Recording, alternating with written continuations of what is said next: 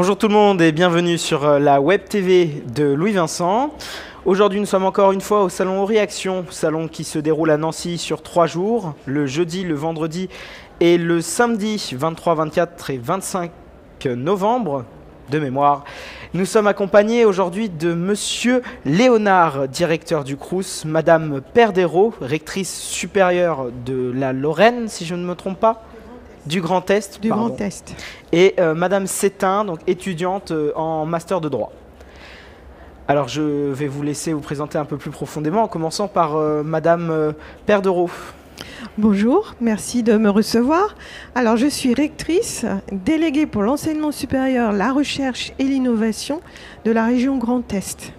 Est-ce que vous voulez que je vous explique un peu en quoi ça consiste ? Alors, on veut bien pour nos auditeurs que vous nous expliquiez en quoi consiste et surtout qu'est-ce que rectrice pour le supérieur. Qu'est-ce que ça veut dire ? Alors, dans les grandes régions comme le Grand Est, il y en a 7 en France, il y a un recteur qui est spécifiquement en charge de l'enseignement supérieur. Il y a les recteurs d'académie dans la région, chacun en Grand Est, on en a 3, Reims, Champagne-Ardenne, Lorraine et Alsace. Et sur ces 3 académies, je me charge de l'enseignement supérieur, l'enseignement post-bac. Ce serait difficile compte tenu de la dimension des régions que les recteurs s'occupent de l'ensemble de l'activité. Alors, qu'est-ce que cela veut dire ? Ça veut dire que je suis la courroie de transmission, en quelque sorte, entre le ministère de l'enseignement supérieur et de la recherche et les établissements sur la région qui proposent des formations du supérieur. On a 5 grandes universités, 35 écoles d'ingénieurs, 5 écoles de commerce, 11 écoles d'art. Ça représente un total de 215 000 étudiants, c'est un très gros volume. Je suis là pour accompagner les établissements dans la mise en œuvre des politiques publiques, dans l'accompagnement aussi des enseignants-chercheurs, des étudiants, des chercheurs, voilà, tout ce qui est dans ce périmètre d'activité. Donc énormément de travail sur beaucoup d'établissements, du coup tout le Grand Est. Et justement, est-ce que Madame Sétain, pourrait nous dire un peu comment elle vit son master de droit ? Alors bonjour à tous. Pour l'instant, je le vis très très bien. Ça se passe très très bien. C'est différent de la licence, ça c'est sûr. On voit forcément des enseignements beaucoup plus spécialisés vu que j'ai choisi une branche particulière qui est le droit social. Et voilà, que dire de plus ? Ça se passe très bien. Une bonne année. Est-ce que vous avez déjà été en contact ou est-ce que vous aviez déjà eu recours au Crous ? Alors oui, lors de ma première et ma deuxième année de licence, du coup, j'étais en résidence Crous à la Batelière à Maxéville. Et vous voulez en savoir plus sur mon expérience, c'est ça ? Un peu. D'accord. Ça s'est très bien passé. Franchement, c'était une résidence où j'ai eu aucun souci. Vraiment, j'ai vraiment eu aucun souci. C'était quand même très sécurisé, contrairement à ce qu'on peut penser des résidences. Les gens, le personnel, très agréable, très gentil. J'ai pas eu de soucis de lit, de puces de lit, comme on peut entendre parler. Vraiment, c'était très propre. J'avais un logement où j'avais cuisine et sanitaire. Donc voilà, c'était un petit 20 mètres carrés. C'était très bien. Et voilà, que des bonnes expériences. Donc un très bon avis sur le Oui. Crous. Et donc, excusez-moi, ça me permet de demander du coup à Monsieur Léonard, mais qu'est-ce que le Crous ? Alors bonjour, merci de me recevoir. Donc le Crous, principalement, c'est l'acteur incontournable du service de la vie étudiante. Ça permet de nourrir, de loger, d'aider par le système des bourses sur critères sociaux tous les étudiants. Le Crous Lorraine permet de loger 6 842 logements. Le Crous Lorraine délivre plus de 2,5 millions de repas par année. Et le Crous Lorraine délivre près de 77 millions d'aides au profit des étudiants. Je profite vraiment de ce temps de parole pour demander à tous les étudiants de s'inscrire, de faire valoir leurs droits, étudiants boursiers ou étudiants non boursiers. Tout le monde peut profiter de l'expérience du logement dont le témoignage de notre collègue prouve la qualité au sein des résidences du Crous Lorraine. Donc, quelque chose de très utile pour les étudiants. Est-ce que vous pouvez, s'il vous plaît, nous rappeler l'acronyme peut-être de CROUS? Alors, c'est Centre régional des œuvres universitaires et scolaires. Il y a 26 centres en France. Et contrairement au champ de compétences de Madame la rectrice, le CROUS Lorraine a un champ de compétences sur les 4 départements lorrains, Meuse, Meurthe-et-Moselle, Moselle et Vosges. Donc une zone très étendue et présent du coup aujourd'hui au salon Réaction pour les représenter. Que pouvez-vous nous dire sur ce salon, d'après vous, son utilité? Alors pour le CROUS Lorraine, il est indispensable, ça permet de transmettre de l'information. Le CROUS Lorraine et Madame la rectrice, nous sommes très attachés à ce que tous les étudiants fassent valoir leurs droits. Il y a encore des étudiants qui ne perçoivent pas les aides financières parce qu'ils ne s'inscrivent pas. Je profite de votre émission pour rappeler qu'à partir du 1er mars jusqu'au 31 mai, on peut faire son dossier social étudiant qui permet d'avoir des aides financières, du logement. Et le site, c'est messervices.étudiants.gouv.fr. Donc un site où tous les élèves peuvent se renseigner et s'enregistrer sur le CROUS. Voilà. Vous, Madame la rectrice, que pensez-vous de ce salon? Est-il, comme pour le CROUS, aussi essentiel pour vous?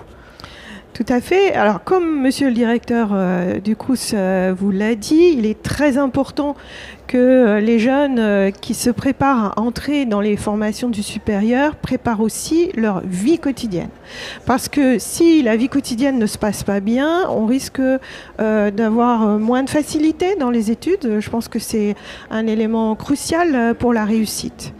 Mais pour réussir, il faut savoir ce que l'on veut faire. Alors pour moi, ce salon, il est très important pour aider les jeunes à se décider, d'avoir une meilleure idée de tous les champs possibles, de tous les métiers auxquels ils pourraient penser pour leur avenir.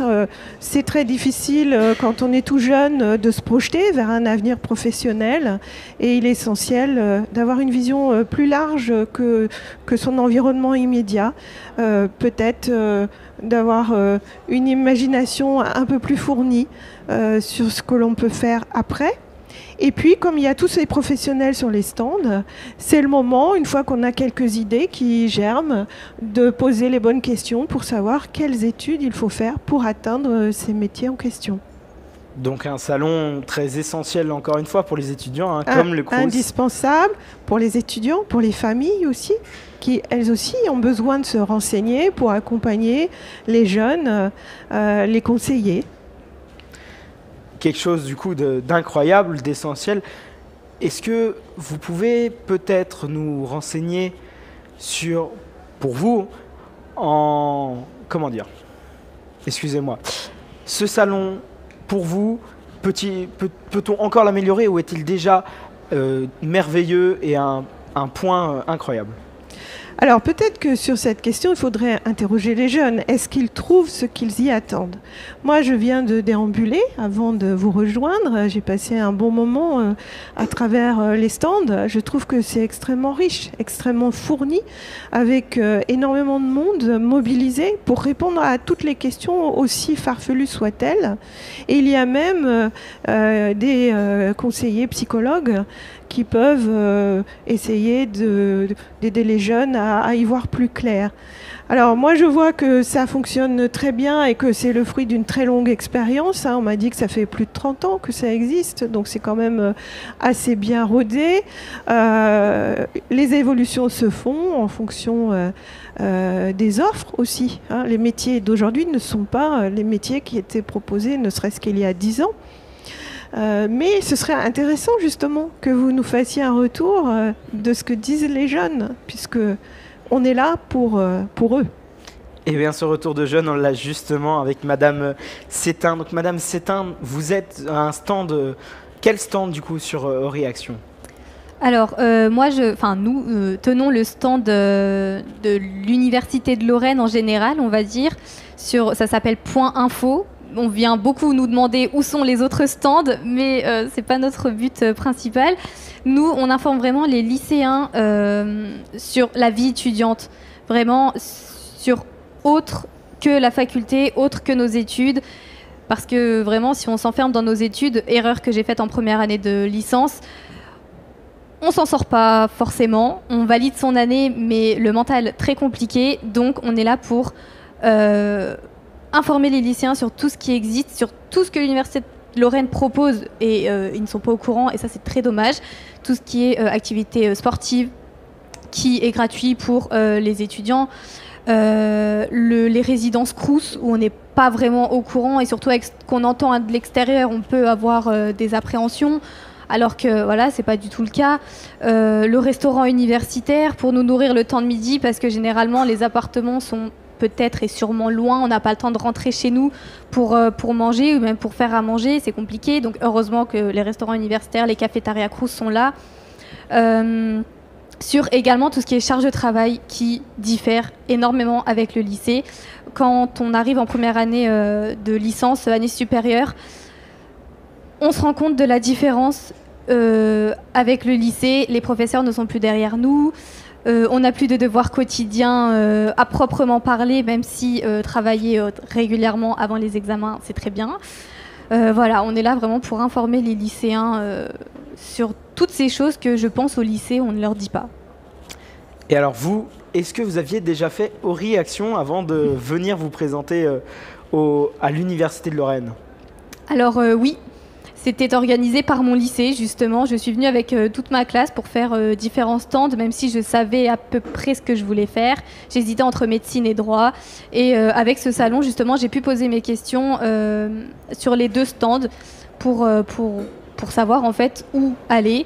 Et ce qui m'a fait changer d'avis, c'était la longueur des études en médecine. Donc je me suis redirigée vers le droit. Voilà. Donc, une dernière petite question. Oui. Université de Lorraine, comment on fait, entre guillemets, pour venir sur ce stand et donc présenter avec vous? Sur mon stand, c'est ça? Oui. Alors moi, je suis étudiante ambassadrice de l'Université de Lorraine. Ma mission principale et notre mission principale, puisqu'on est une équipe de 30 ambassadeurs environ, c'est vraiment d'intervenir dans les lycées.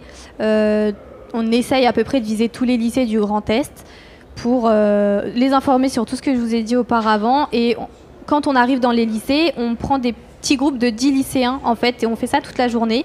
On répond à leurs questions si déjà ils ont des questions, sinon pas de questions. Voilà, on les informe sur tous ces dispositifs. Et une fois qu'on commence à parler de ces dispositifs, nous avons plein d'interrogations des lycéens puisqu'ils ne sont pas au courant. Et voilà, nos autres missions, c'est d'aller dans les salons réaction, faire ce que nous faisons sur 3 jours. Et voilà.